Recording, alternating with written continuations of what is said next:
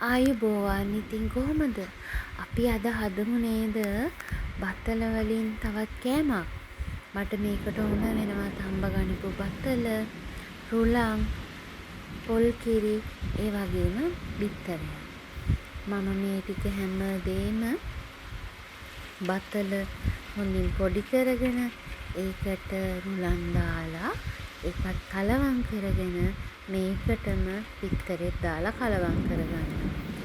ඉතින් මේක හොඳින් කලවම් කරාට පස්සේ තමයි මේ විදියට පොල් කිරි ටික ටික දාලා මේක කලවම් කරගන්න. ඉතින් මේක හොඳට කලවම් වුණාට පස්සේ තමයි මම මේ අවශ්‍ය ප්‍රමාණයට ලුණු එකතු කරගත්තේ මේකට. ඉතින් මේ පාටට මගේ චූටි පුතා හරි ආසයි.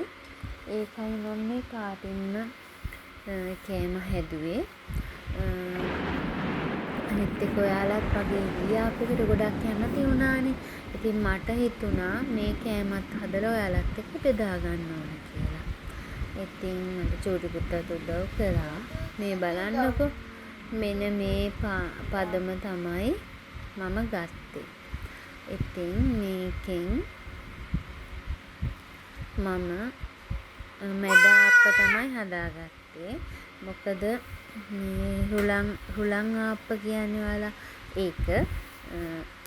එතකොට මේකට මම රුලන් වෙනුවට හාල් පිටි දැම්මා නම් හොඳ ආප්ප හදා ගන්නත් පුළුවන්. අපි ඉතින් ආප්පත් අපි හදලා බලමු. මේ බලන්නකො ලස්සනට හොඳට පිපිලා ලස්සනට ආප්පෙනවා. ඉතින් අපි මේක ඔන්න අපේ චූටි පුතා නම් ආසාවෙන් රස විඳ. මේ බලන්නකො හරිම සෝෆ්ට්. ඒ වගේම පාටත් ලස්සනයි. මේ වගේ ඔන්න බලන්නකො තෙත වගේ පෙනුනට මේක එහෙම නෑ. මේක හරි ලස්සනට සොෆ්ට් එකට තිබුණා. ඉතින් ඔයාලත් හදලා බලන්න. මට ආස හිතුණා මේක ඉතින් ඔයාලත් එක්ක බෙදා ගන්න. මේ බලන්නකො චූටි ඉඩ්ලි වල ලස්සන පාටත් ලස්සනයි. රසයත් ඒ වගේම තමයි. හරිය රසට තිබුණා. ඒ තියෙන්නේ ඉඩ්ලි ටික. මම මේ ඉඩ්ලි දාගන්න කලින් කප්වල තෙල් ගාගෙන තමයි දාගත්තේ. මේ ඉතින් ඔන්න අපේ ඉඩ්ලි ආප්පයි රෙඩි. ඉතින් දැන් රස බලන්න තමයි තියෙන්නේ. ඔයාලත් එහෙනම් හදලා රස බලලා මාත් එක්ක රස බෙදා ගන්න.